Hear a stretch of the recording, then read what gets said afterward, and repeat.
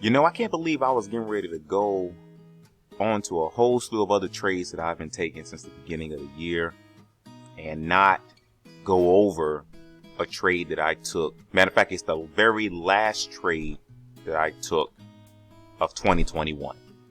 Let's get into it.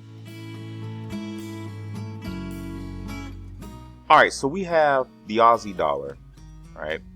The Aussie dollar.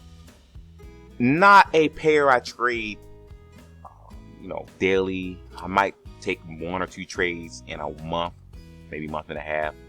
And the reason for that is because I love the pound dollar right now. And every quarter I'm reassessing which pair I can gravitate towards. Why? Because I believe that if I can focus on one pair, I can make enough profits to continue the plan, right? I don't need to be trading 12 different pairs. I don't need to be all over the place. I need to focus on one, get to know it very well, and move forward.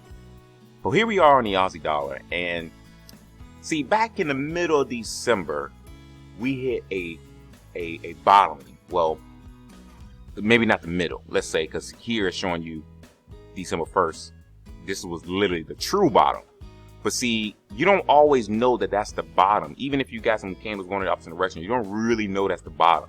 So for me, I felt that became the bottom when we got closer to the 20th of December. And the reason for that is because look at this. All these days that went by, market was pretty much showing you that, okay, we got a floor.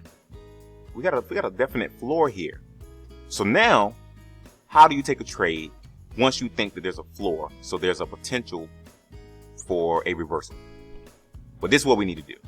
We need to go down to a lower time frame. In this case, I'm going to take you out of triple arrow, put you over here to simplicity, because I believe it's a little bit more clear at this point. Let's go back to the 20th, and let's look at what took place. As you can see, we came in that's another thing. I missed all this. I don't like the fact that I missed it, and I could have easily taken it because that was some clear rejection right here. And then the signal came in, but I missed all that. So I'm not even going to calculate that. I'm going to act like it don't exist. You dead to me. All right.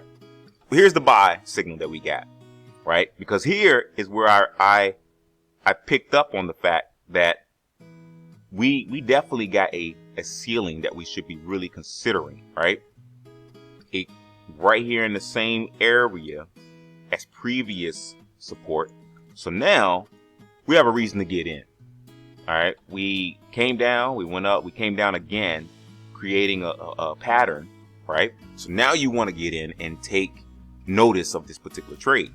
Now, if you're like me, you're probably going to get in before the triple arrow alerts you to. But if you are just going to wait, you're going to wait for triple arrow, that's fine. No problem. Look what happened. When the market came back down, it did not go below the triple arrow. It did not go below the most recent support until later, but even then didn't stay there long, and then proceeded to climb out.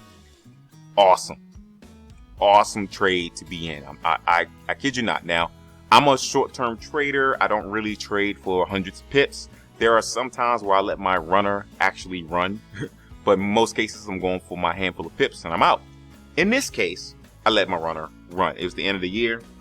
I already made the profit I was looking to make for the year. I made that back in October. Okay. I had a target. I reached it. And November, December was just going to be me practicing, getting focused. And a couple of times I saw a good trade that was undeniable. And then I took it. In this case, this being the last trade of the year, I took that. As you can see, look at what happened. Very nice. Very nice. All right. So if you took it from here and got out at the next signal, that's 117 pips, right? If you took it from there. I got out a little bit sooner. I believe it was in this area. I don't need, like I said, I didn't have any particular target in mind. This is just extra, but I was happy to end the year 2021 with such a good running trade that I almost forgot to mention that to you guys. I don't understand why I overlooked it. Simplicity is a beast. If you don't have simplicity, I kind of implore you at this point, you might want to jump on it, because look at what we see here. Even when things are going sideways, you have reason to get in the market short term, get out the market, right? So yes, you do need to learn how to trade the markets without all these indicators. But what's going to end up happening if you put on a bear chart, you're going to end up putting support and resistance on your chart. Why not already have it there for you so you can identify quickly and move on to the next pair or actually take the trade? Things like this is the reason these indicators exist, and they have paid out well. All right. Now, do I rely solely on simplicity? Of course not. But do I trust it after a few years of trading it?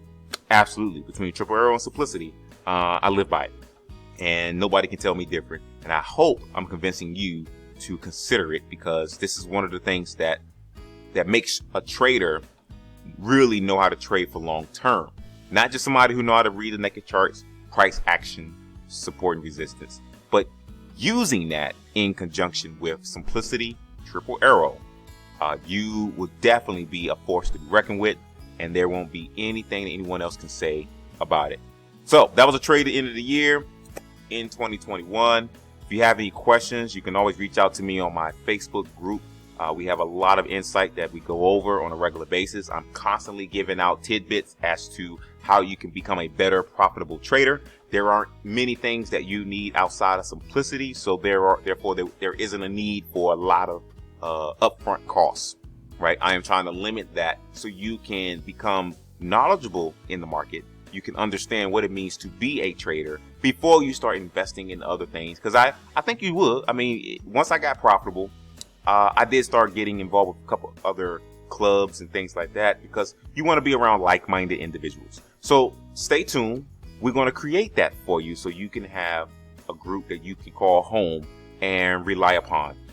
There are various groups that we have within our group. So if certain areas don't, meet your fancy, like scalping, then stay over here in the intraday. We day trade. Or if you do like scalping, there's a group for you as well, and they are killing it as usual and been doing that consistently over the past couple of years.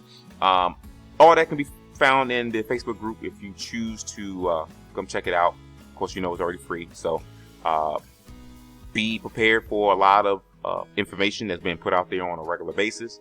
I'm going to be quite consistent with putting out more information. I'm going to show you direct trades that I've taken, some trades that I am taking or in the process of taking, so you can kind of see my mindset on it, win or lose. All right, but trust and believe, our win ratio is high. Okay, all right, so we're looking pretty good coming into 2022, and as you can see, there was plenty of opportunity to get in, take the trade for what it is, and there's a current trade that's in the works as we speak. All right, if you got any questions, like I said before, join me in the Facebook group. Otherwise, I will see you later.